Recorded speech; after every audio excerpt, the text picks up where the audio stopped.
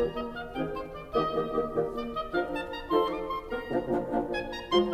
right, we're ready to go. Thanks, Gregory, for enjoying my music there. It's a little bit of chamber music. I've kind of gone with this theme of classical and old world type stuff, and hopefully that works out all right. So hopefully you can hear me all right. I've got the welcome screen here, and over to the right of the welcome screen, there's links for more information, and also a place where you can download the slide deck. There's the PDF of the slides I'll be using, and uh, from what I understand, I haven't been a participant in my own sessions, but I should probably figure out how to do that, is you can highlight a link and it's a live link and it should open up a browser window for you. And the lowest one on here is the ASQ, or the lowest one, the one at the bottom of the list that I just added is the ASQ CRE page. So if you are interested in taking the CRE exam, that's a great page to get all the information about what you need to do and prepare and the rules and regulations and qualifications and all of the details. That's the source for all the details. But today we'll talk about, well, let's say you are preparing for this exam or you're preparing for some other major event, say the CMRP or one of the other certification type exams, or you're just preparing to study to improve your own career. All of what we'll talk about today, or much of it, will certainly help in those areas. Now, I also don't have I didn't expect to have a huge turnout, but there's quite a good number of folks available today. So I'm really looking forward to spending more time listening to what you need and what you're looking for and what your approach is. And so the chat window will be available throughout the presentation. So please do chime in. And if it makes sense, we'll bring somebody, turn on your microphone and bring you in live and have more of a discussion today than we typically do, which is really my whole intent. So let's take a look at the slide deck here. Things rearranged a little bit on the screen for you. So one of the fundamental pieces for this Certified Reliability Engineering exam, or any of these certifications that deal with reliability and reliability engineering, is, well, what is this thing called reliability? And it's a question I ask students when I teach at University of Maryland, the graduate course that I teach there on reliability engineering management. And I ask for an example of how it's used in advertising. And people go off and find all kinds of strange things, everything from cars to cell phones to shotgun shell reloaders and everything in between. The word reliability is often used in our language, but it's not the same as what we use as reliability professionals. So it's mastering the tools and techniques that are part of being a reliability professional such that you can explain what we're talking about even using words that other people use every day and have a completely different meaning of it. Now, many people define reliability as trustworthy, or it starts on time every time.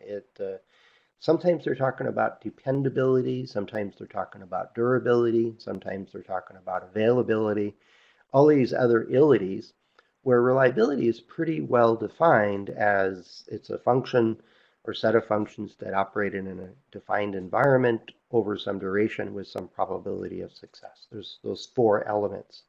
Should be very familiar with that already. But it's also this piece of engineering that is what I think is the fascinating part. It's not just a theory, it's how do we make products and systems and factories operate as we expect, operate over time. And it's solving problems, which is the heart of what engineering is all about. So a good part of what we do is identifying problems or opportunities and creating solutions and working with teams in many cases to make that happen.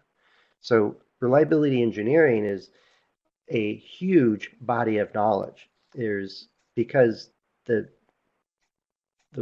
range of the problems and issues that we oh,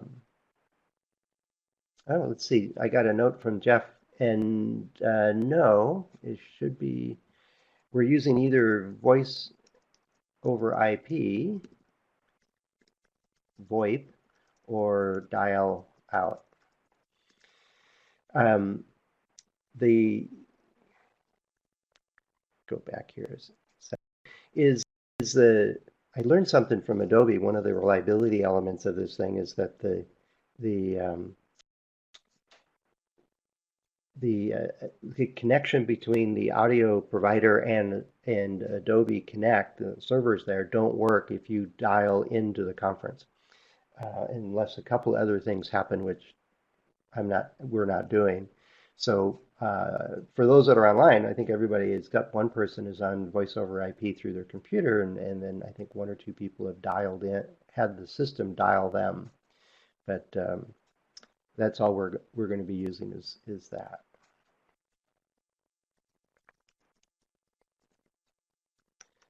So,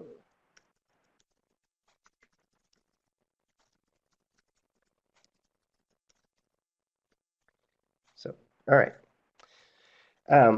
So certification is been started by ASQ, and a number of other organizations use various types of certifications and different meanings behind it.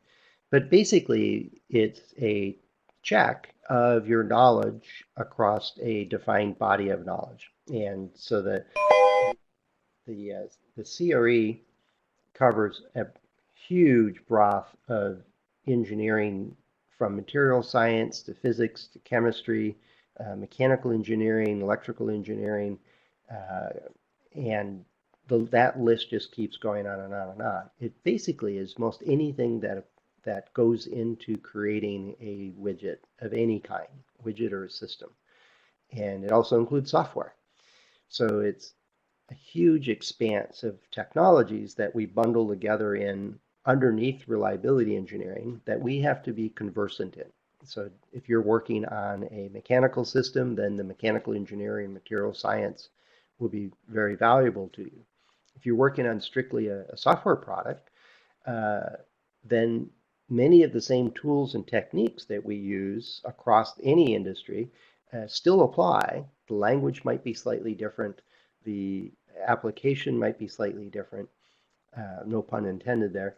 But the basic notion is that the certification goes after a combination of the tools and techniques like FMEA and accelerated life testing that are generally considered in the heart of reliability engineering, and it goes after all of the other things that we should know something about.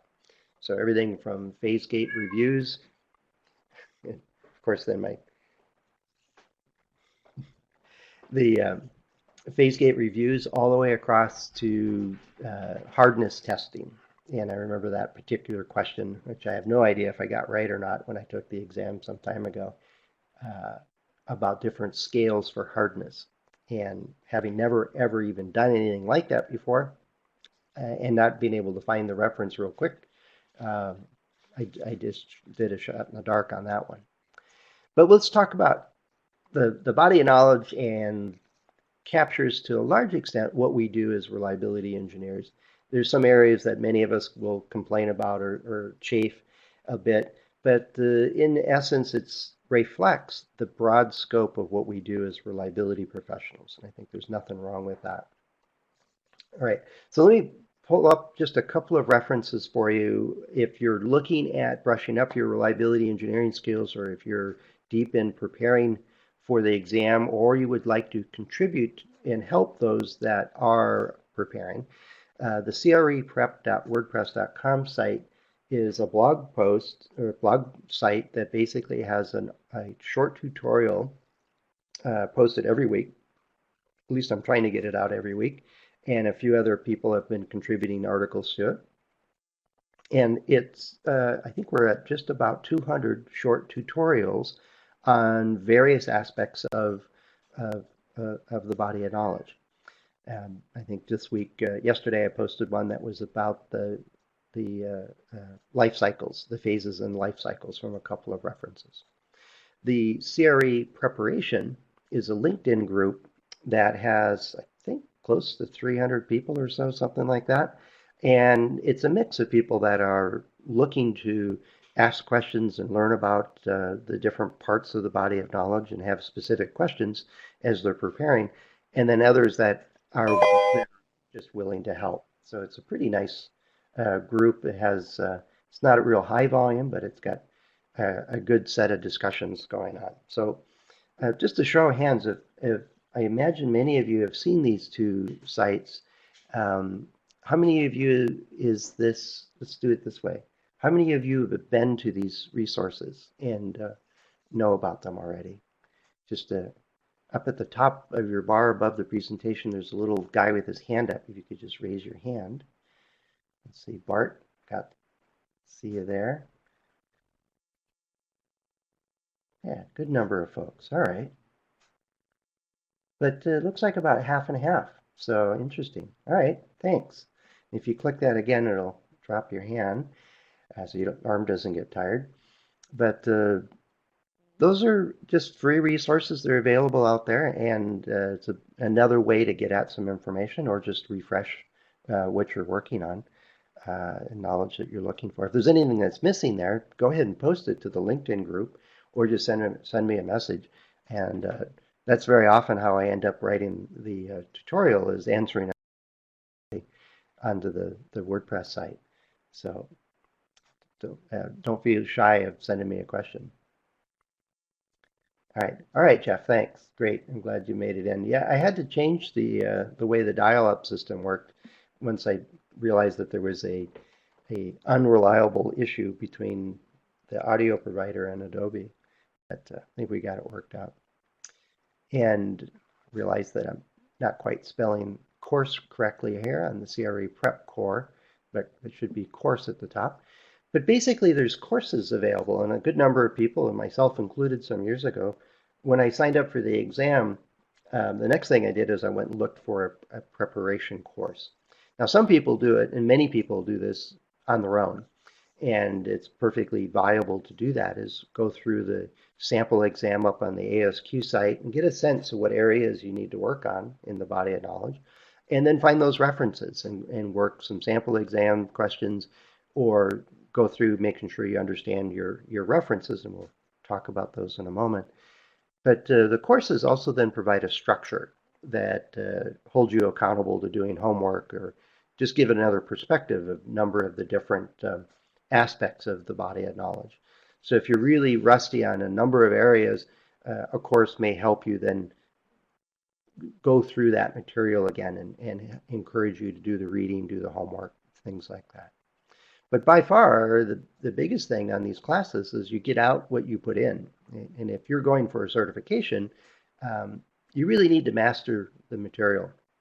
The test is pretty demanding time-wise for most people, and understanding the material and understanding your references very, very well and going through a course can help you to organize both your knowledge and your background and reference, your capability to work with the references. Yeah, and Gregory, you're exactly right. The part of the CRE process is that it gets updated about every 5 years, and they're a little bit overdue this year. I've talked to a couple of people that have been involved with some of those meetings of looking at updating the CRE, and it looked like they got through quite an extensive change. Usually, it's limited to say just minor tweaks and minor updates, and say 5% of the body of knowledge has some substantive change to it. Where this time I suspect it's going to be a little bit more, and hopefully it's going to get caught up in a number of areas. But I heard from the folks at Indiana Council, Bill Wortman, that they're expecting the new body of knowledge to be published in the spring of this coming year, and then the new exams will be following shortly after that.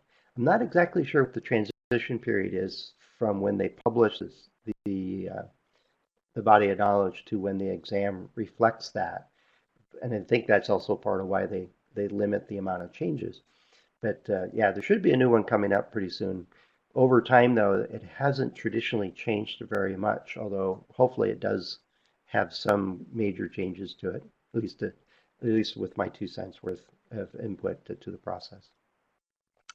Now, one of the questions, and this one's for the chat window for you, is if you're preparing for the CRA exam, or if you already have the exam certification or have tried for the exam in the past, why would you want to do that? It's pretty much guaranteed not to give you a pay raise once you finish the exam and become certified. I haven't known of anybody that's got a direct pay raise, but um, what do you think? Why use the chat window? Why would you want to get a certification, the CRE certification?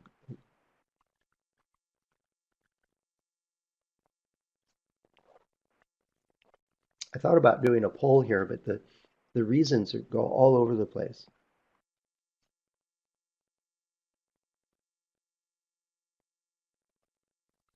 A number of people typing here, so I'll give you a second to find the keyboard in the chat window and add your notes.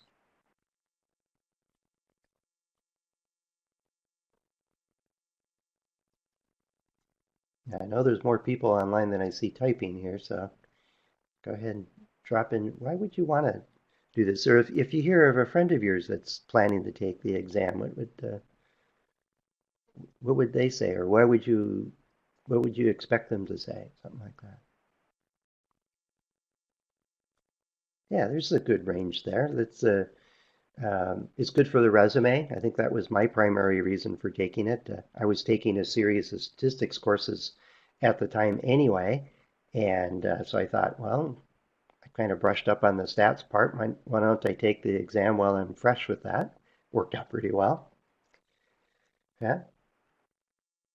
And career advancement. I've heard in some industries, and I've seen this in more so in the certified quality engineering field, that it's a prerequisite basically to be considered for a position, or it's a requirement of the job is to do that. It's not bad on the resume. I wouldn't say it's good or bad, but it certainly doesn't hurt.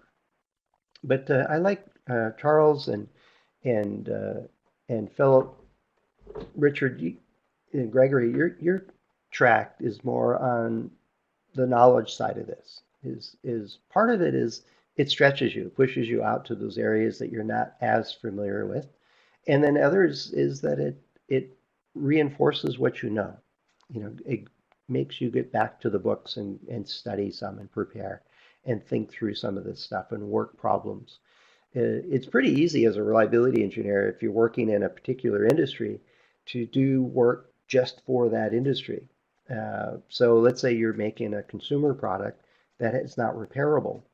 You might know about warranty, but repair systems and repair data analysis on repairable systems and spares provisioning and all of those aspects are lost if you don't practice them, and you may have a good reference on it, but it's hard to pull it up when you need it unless you keep it fresh.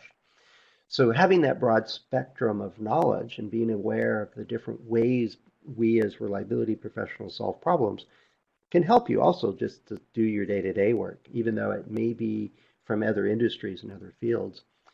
It certainly can help. So there's knowledge, there's the resume realm, job hunting, job search type stuff, and then it's also just an extension of what we do is it's a milestone. I've heard that from a number of people that whether you come to reliability engineering as a through school, it looks like Gregory, you're going to University of Michigan in a reliability program. Uh, there's a number of them all around the world that people get formally trained in the tools and techniques of reliability engineering. But there's also lots of people are just tapped on their shoulder and said, hey, you're now the reliability engineer in the team, get to work. The CRE certification has the prerequisites of a combination of education and years of experience.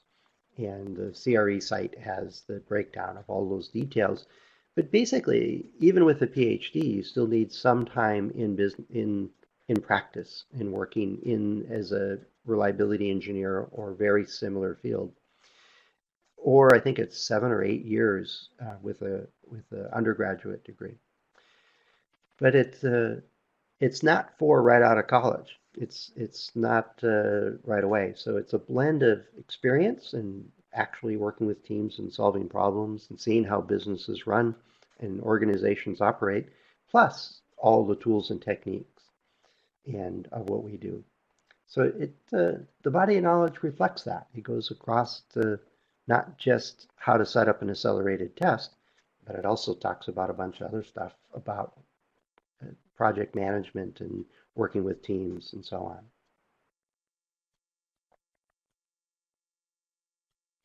Yeah, and Gregory, you're right. The the ASQ CRE is not universally known. It's not the same as being a chartered engineer in, I think that's what they call it in Great Britain, and or a professional engineer that's state licensed in the States. There's it's a certification from a professional society.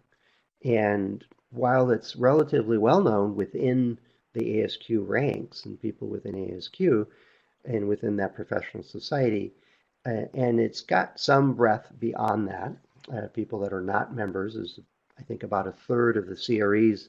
Last time I saw the numbers were not members of ASQ, but it's also something. It's a set of letters on your resume that allows you to engage with somebody saying, yes, that means that I sat for an exam and I have professional development obligations for continuing education.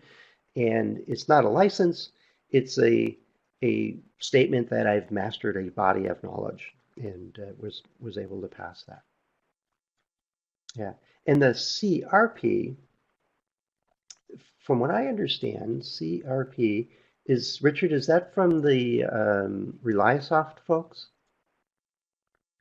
And there's also certified reliability leaders from the Association of Maintenance Professionals.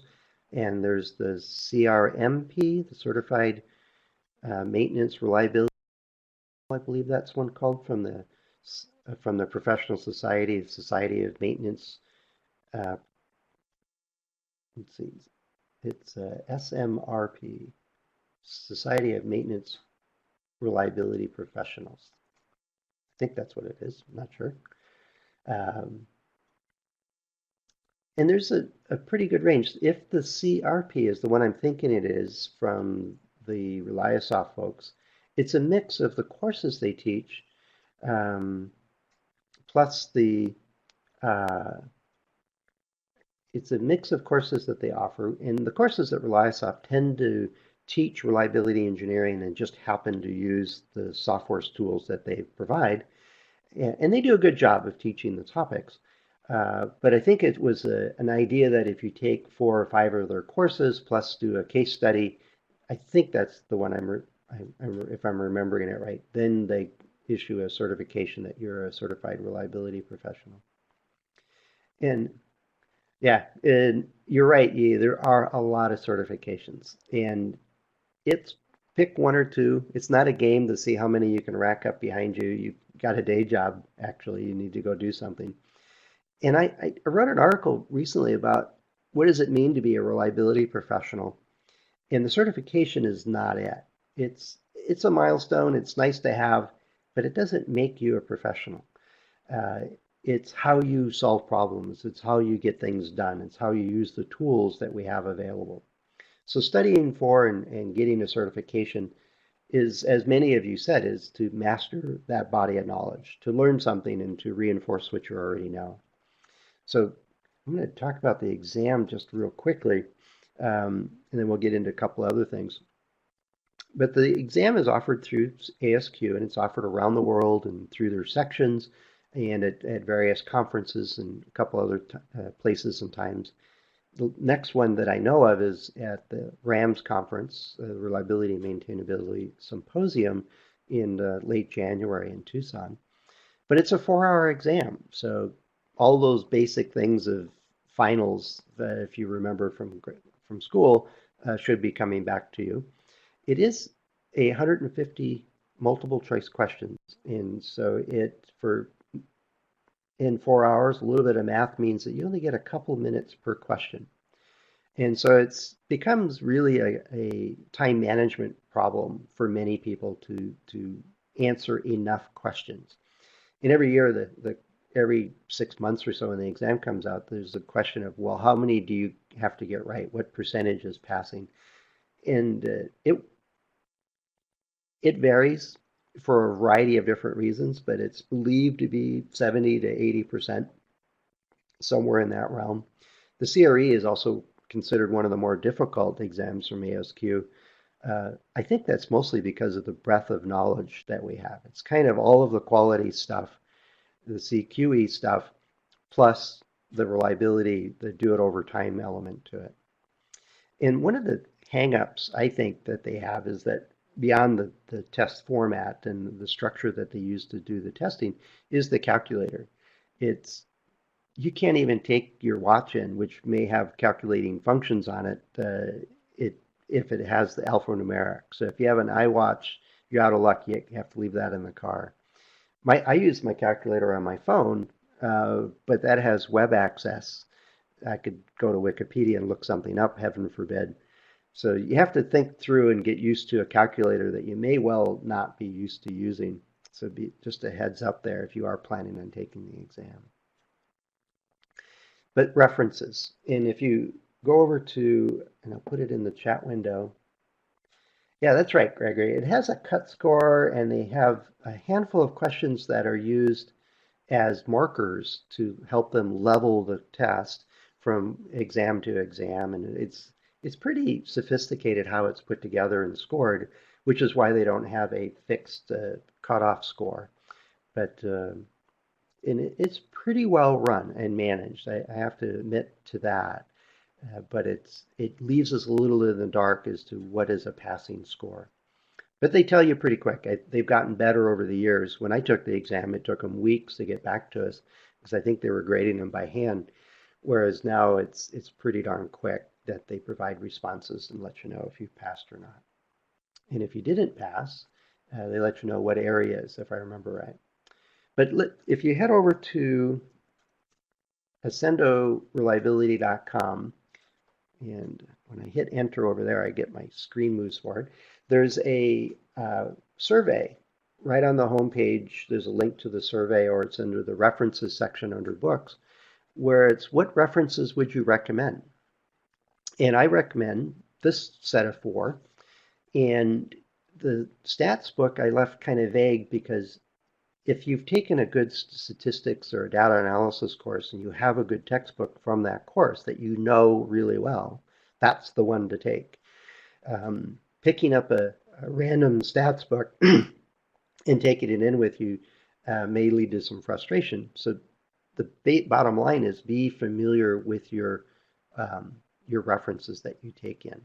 I saw one person take in, she had a dolly and she had about 30 or 40 books in binders that she took into the exam, and she spent more time rearranging her books to find the reference she wanted, and then double check stuff in 2 or 3 references that she ran out of time. I'm quite sure she didn't do well on the exam. But the CRE primer from the ASQ, or from the Indiana Council of Quality, or Quality Council of Indiana, I think that's their name, provides a 3-ring binder that has really practical stuff all the way through it, plus a bunch of sample exams. So it's pretty handy to have available. So Richard, if you go to I think it's Quality Council of Indiana, it's last time I checked, it was about $80, $90. And it's what they did is they wrote some parts of it and they pulled excerpts and heavily quoted all kinds of other references and military documents and all kinds of other stuff. But they follow the basic structure of the body of knowledge. So it provides a pretty decent reference. And I use it on a regular basis just as a desk reference for solving problems and looking for a particular formula. Yeah, ASQ would say the CRE handbook, and I've looked at it a few times, and pardon me, hopefully I don't offend anybody, but it's not worth the effort to get. And to be fair, I haven't really put in a lot of time in it. But my impression of it and going through it and looking at using it for courses and so on was that it's pretty outdated, and even for the body of knowledge, and it doesn't really give you a lot of explanation. it's not quite what I would use or recommend to use, and or move forward with. It happens to be published through ASQ, so they naturally promote it. But yeah, I still would very highly recommend the CRE primer from. And thanks, Richard, for posting or Carl's for posting the link to it. So the blue pages are the sample exams. Those are sample exam questions that are in the back of each chapter of the CRE primer. And one of the rules of going in and sitting for the exam is you can't have sample exam questions with you. So the folks at Indiana Council or the Quality Council folks put them on blue paper so that you can easily spot them and take them out of your 3-ring binder. So the handbook will have worked out examples as part of the text, but it won't have sample exams within the book because you're not allowed to take that reference then into the exam. I don't know why that is. I guess they figure people will do a practice of spotting a similar exam question, and they do reuse questions on occasion.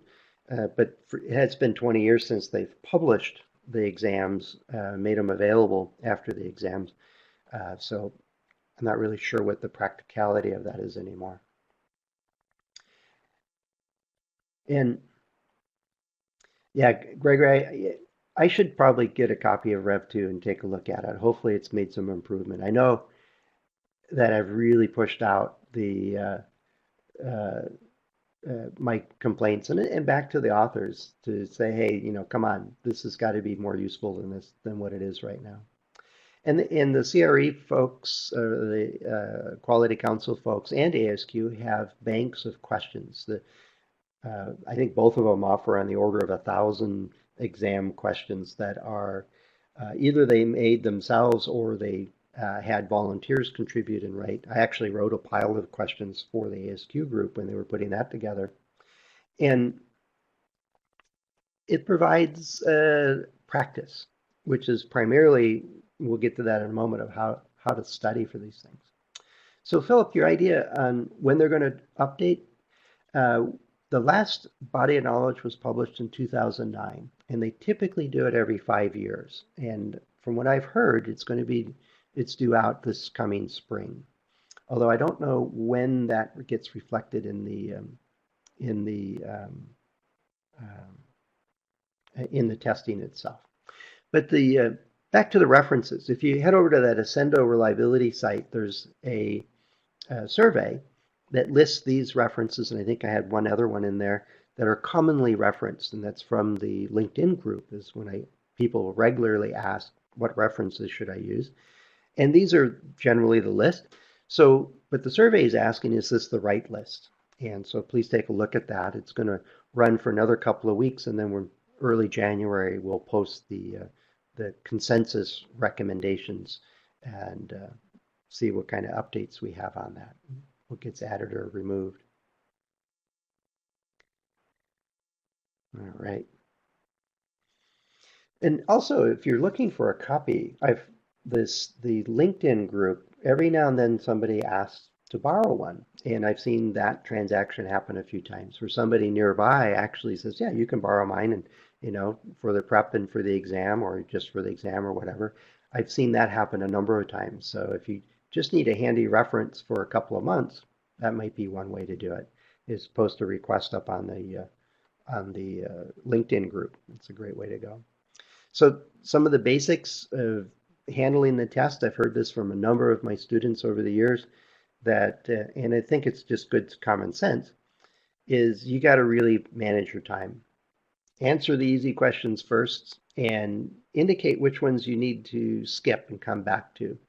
You can look at a question and you realize that it's going to take you 15 minutes of sorting out the calculation or finding a formula you never heard of before.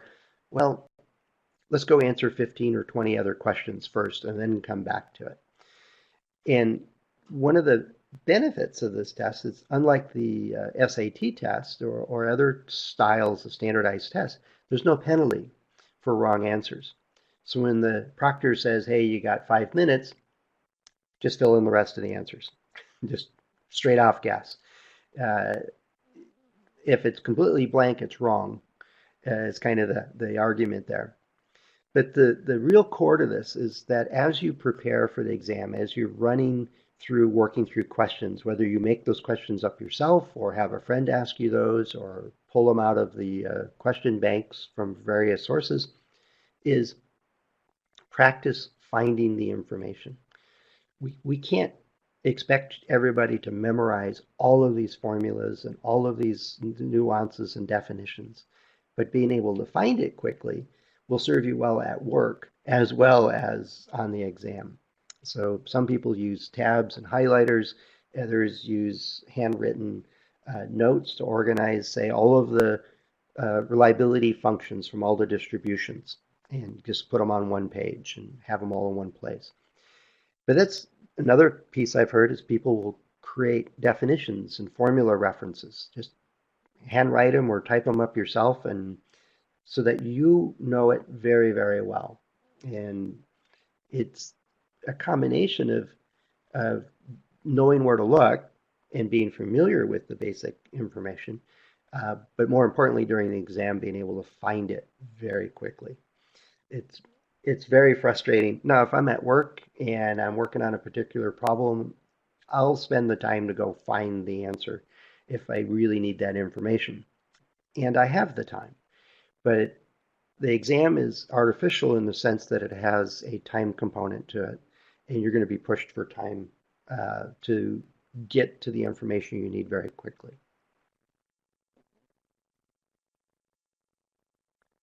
Yeah, the and I understand the rationale of the time constraint, and it's a way to check your walking knowledge is one way I've heard it described. If you've never heard of reliability function or hazard function or PDF or CDF or the many other acronyms that we have, then a question that goes after those definitions of those terms and how they're related, then you've got two problems. Is this? What's it referencing? And then two, what are the details? Whereas if you already have a good walking knowledge of that, you know exactly where to look for, say, the exponential reliability function and hazard function, and then how to apply those, then you can save a lot of time doing that. So it's a way in test taking to go after that. It's not the best way, in my opinion, but it's the way they chose to do it, do the exam. Yeah, and you're exactly right, Gregory, is that in practice, we use tools like ReliaSoft and Item software and R software and Minitab and all these other packages. We use Excel. We look things up on Wikipedia and online. There's all kinds of great resources online. And we talk to our peers all the time. It is our work to solve problems. Supersmith, yep, another good package. Yet they haven't figured out a way to test that in the range of different tools that are out there. So I don't know uh, what the reluctance is to open it up to the way we actually work. It may be because it's much more difficult uh, to do a true test of knowledge. I don't know the theory behind that. But let's say you're getting ready for the exam, the heart of this thing. The number one thing I recommend and see and do, and I talk to plenty of other instructors and people that help people prepare, is you got to do the homework. You got to do the reading. You got to do the homework. So if you're using the CRE primer or the books, the question bank from the ASQ site, or if you're going through the tutorials on the CRE prep WordPress.com site, or going through the O'Connor and Kleiner book or Iris Coombs and Moss book or a handful of these other books, is it's not good enough just to read it, to scan over it, to refresh yourself rate basically of it. It doesn't stick as well in your memory. That's why many courses, and many of us grew up doing homework. It's a reinforcing of getting your hands dirty, engaging with the content, and working the problem. Now, for the exam, working the problem is Don't pull out Excel. Don't use Supersmith, even though that's what you would do at work, is do it by hand. Do it the way you would do it in the exam. So it reinforces the tools you need and the level of knowledge you need to recognize the problem and what you need to solve it. But it also practices it gives you practice of using your references. So use the references and the calculator and paper and pencil that you're going to use during the exam and get very comfortable using them quickly to solve problems. But the number one thing is if you've got to look up definitions, practice that. If you've got to work a formula, practice using that and running out the numbers and solving the problem. But and I've heard horror stories of folks that went in and didn't realize that they couldn't use their iPhone calculator, that they had to use a different calculator. So now all of a sudden they were handed a backup calculator that was legal for use, but they had no idea how to really use it efficiently, even though it's a basic calculator. But it just takes practice. So it's so Philip, I'm looking at your plan there. Yeah, and it's practice under the time pressure. There's a sample exam that's available on the ASQ site at the that's 75 questions, and you can take it online timed, which is a good practice. The other thing is if you can do it yourself, is can you answer question per minute basically and get it right? And it's a good piece of this. Now the next part of this process though is you got to get feedback. Now and I'm drawing a complete blank. I forgot to put a note in here to myself, is a few years ago, there was a big media blitz about how to become an expert. And it was basically dumbed all the way down to you have to spend 10,000 hours on a topic to become an expert. Well, that's not exactly true. If you've taken piano lessons for any length of time, it takes a little bit more than just practicing for 10,000 hours, or golfing, or any skill or sport or athlete can tell you, or any professional can tell you, is that yes, you have to put in the time, but you need a coach. You need feedback. So the question banks provide you got it right or wrong, and sometimes they provide a little more information as to how to solve the problem or what the reference is. If you have a study partner, you work the problems or you ask each other questions and then you get feedback about how well your knowledge matches up with where the question was going. And if you have a coach or a trainer in one of the courses, it provides information about how to think through the problem, what kind of information, what are the linkages, how can you shift the way you go about solving this problem so you get it right more often, those kinds of things. But it's the structured feedback to help you master the information.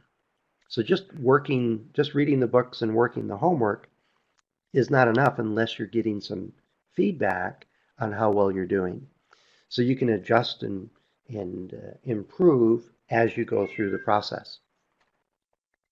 So that's a big part of it, is you got to have good working knowledge, reinforce that through your reading, working the homework and sample problems and question bank kinds of things, but then get feedback, get input on how well you're doing. So if you studied, and I know in college people studied for the finals and different quizzes and stuff, a variety of different ways. And there's a number of studies that went into this book of how to become an expert. It's the ones that had the nuance coaching or the feedback that was just in time, just what was needed to move to the next level, that did the best. So study groups that were very engaging and interactive was a big part of doing well on mastering the knowledge. So those are well-founded techniques to go about pushing forward on the study practice. And Samuel, I see you're late. Glad you're here. I did hit the record button, so I should have the recording up later today so you can catch up with the earlier part of it. And The next part is talk about it. Now, this applies whether you're sitting for the exam or just at work, is is you wrestle with the different concepts and areas of information that are in the body of knowledge. Is if you don't know anything about sorting out how many spares to order for a repairable system, well, maybe there's somebody in your organization that does know. Let's go talk to them, learn the basic concepts, explore your questions of the content with somebody that's knowledgeable in that area. But then more importantly is go back to the side of what we do almost every day as a reliability professional is explain reliability concepts to other people. So if we're working with an engineering team or a marketing professional or a customer service agent, is why do we need that information? How does it fit into the reliability block diagram, for example? Or how does this change in stress strength calculations allow us to make a better decision for part selection or sizing of a flange, for example? All of those concepts we're going to be using on a regular basis. So talk about them. So either learning about it and engaging with other people or teaching and explaining it to other people. And if you're so motivated, write about it. It's a great way to exercise what you know is to write a blog post and share that. And it's something we should do anyway as professionals. It's a way for us to stay fresh with our material, but it's also a great way to reinforce it in your own working knowledge. And so it's a handy technique there. So what else? How else do you study for this? How do you plan to study for this, and what's worked for you in the past? I know a handful of you have got experience and a number of certifications already. So what works? What doesn't work? What would you add to this list?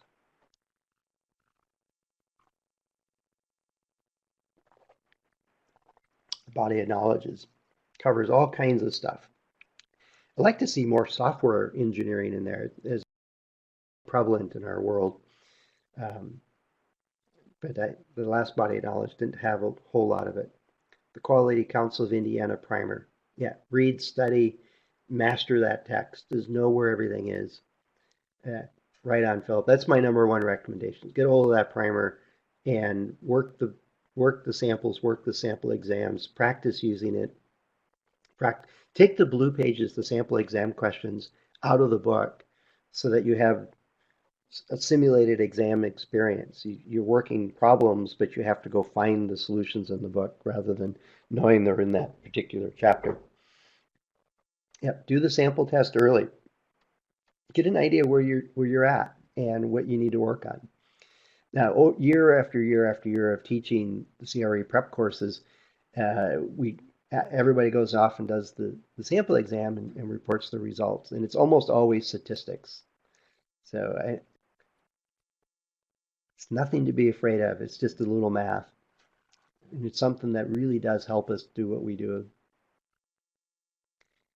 Yeah, the reference list, Philip, if you remember, is a pretty long list. I think they're using, so in writing questions, one of the benefits of becoming a CRE is that you may be asked to help contribute questions for the exam. And they give you a really cool format for how to write questions. And it's harder than I thought it would be, because you also have to write good, bad answers or wrong answers and why the answer is the answer and a reference. And so they gather those references together as to what's then listed as the ASQ reference list. And it spans quite a few different documents, is where they can pull the source material for the questions that go into the exam.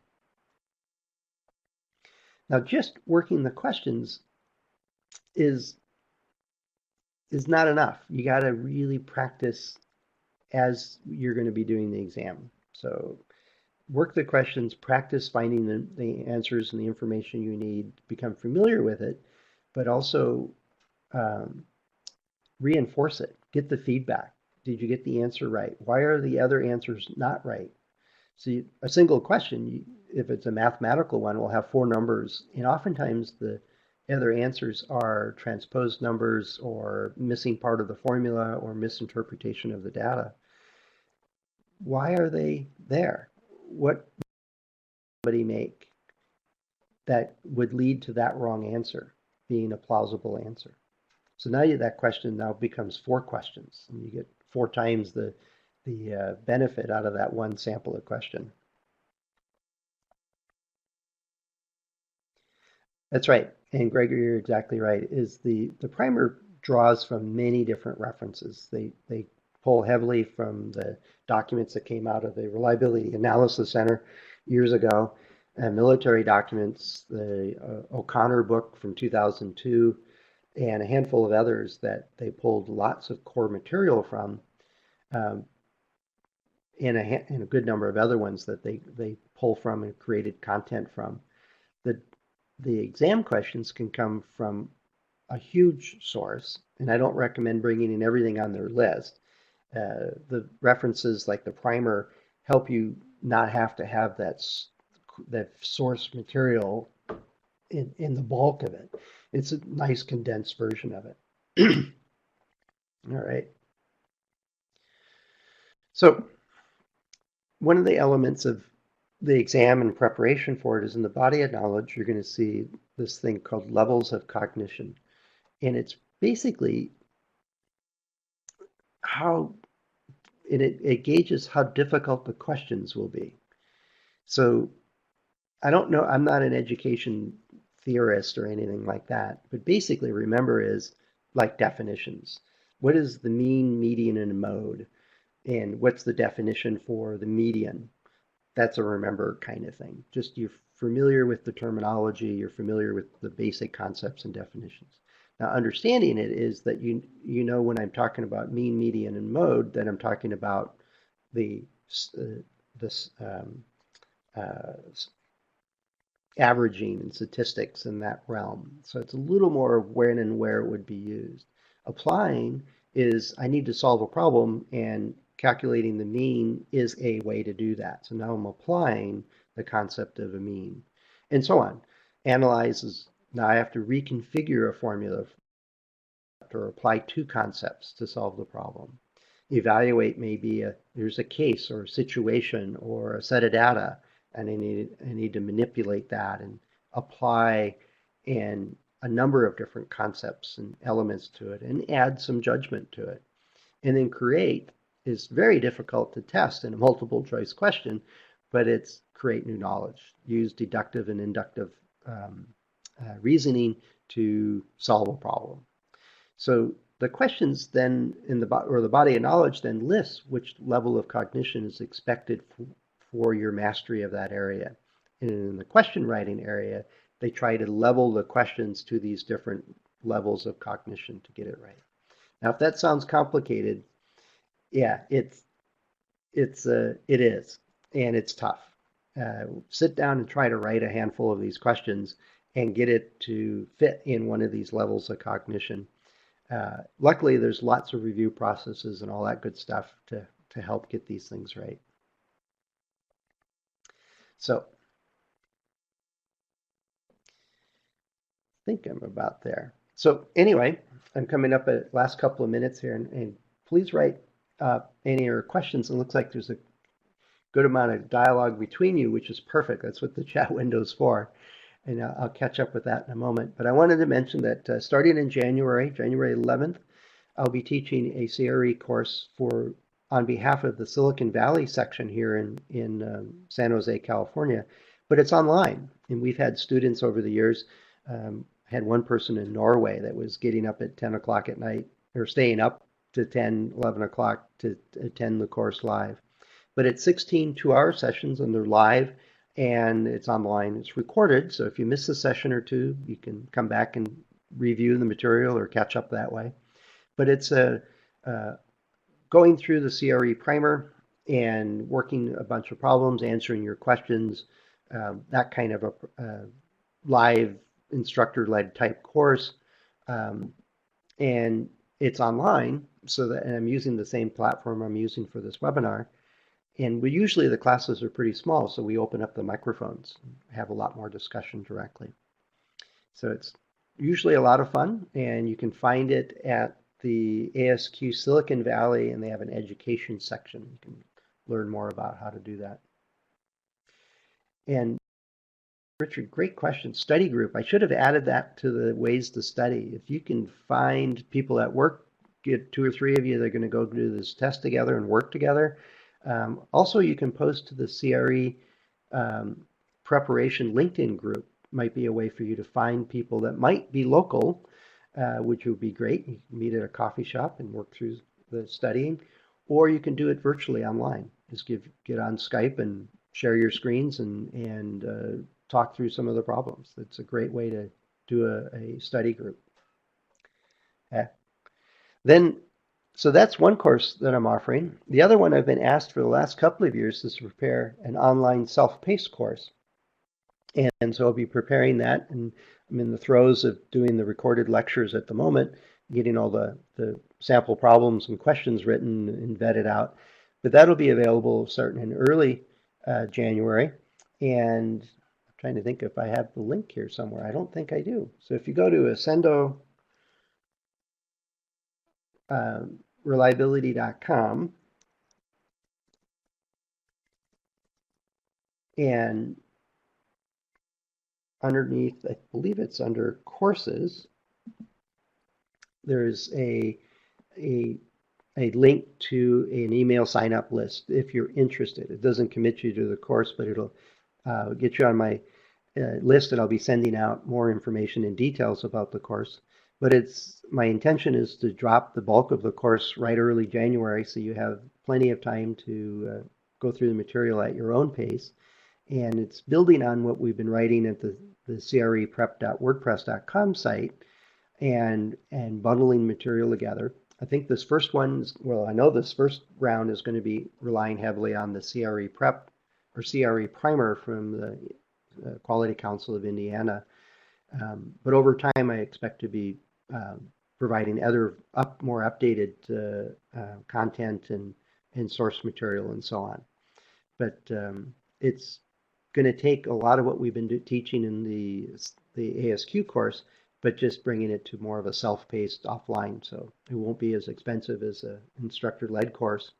And I'm really interested in what you are looking for. There's two options that I happen to be providing. I know some community college provide courses, other sections, the ASQ sections provide courses. There's a variety of different venues available. But what do you look for? What are you expecting to support you in your pursuit of getting certified? And let's see what we got.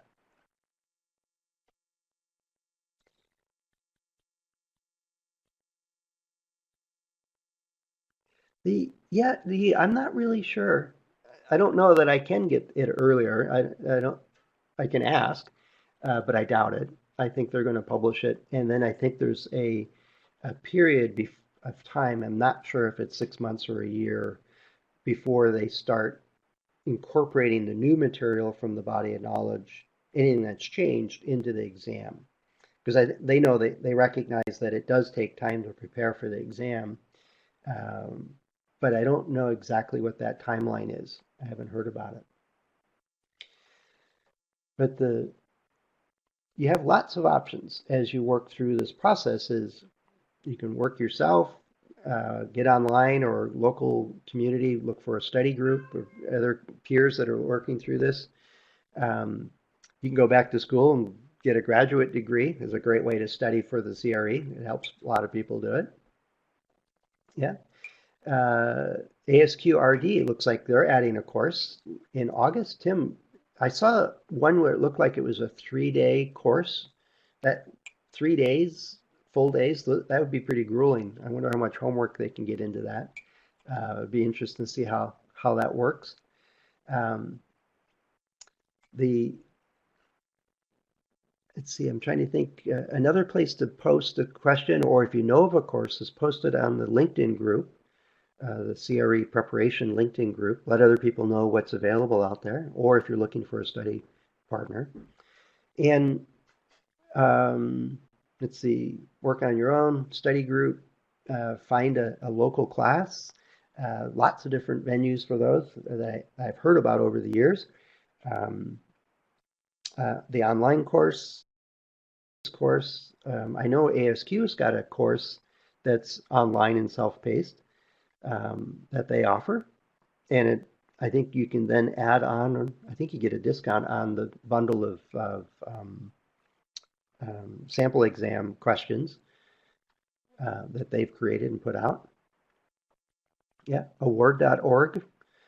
I haven't seen anything. I've been looking like on Coursera and Udemy and sites like that. I haven't seen anything like that. I think the price point's a bit high for many of those other types of things.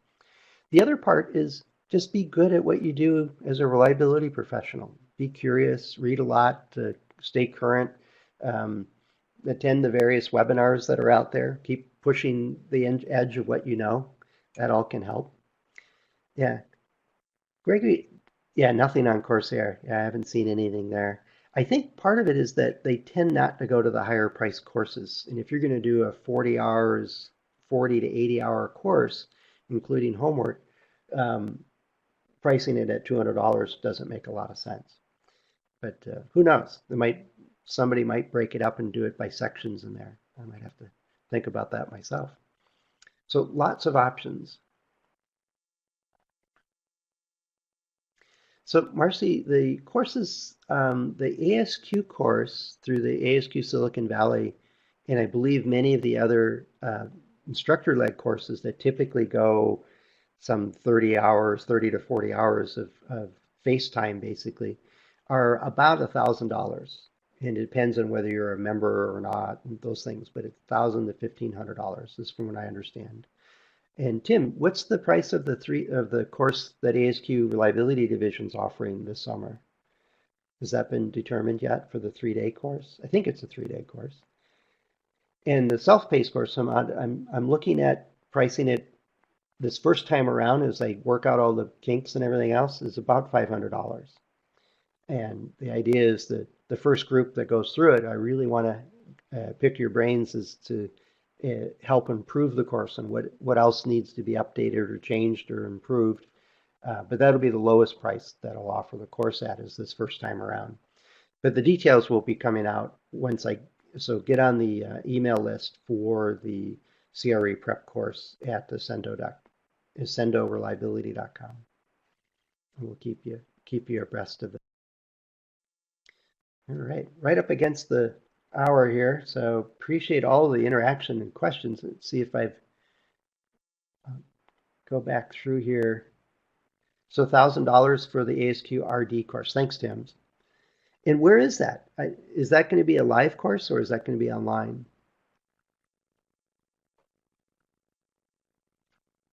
I think I saw something about it recently and we posted it up onto the reliability calendar, but I didn't register and study the details of it, so I'm sorry.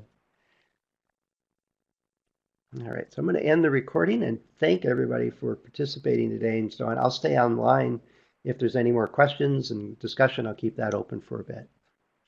Oh, and before I forget, Friday, for people that are members of the Ascendo Reliability site, which is a free membership, we're doing a members-only event, which is on creating a reliability project plan or reliability program plan. And it looks like it's going to be a really small group, so looking forward to a lot of great discussion on that. You can find details of that at Ascendo Reliability under the live events.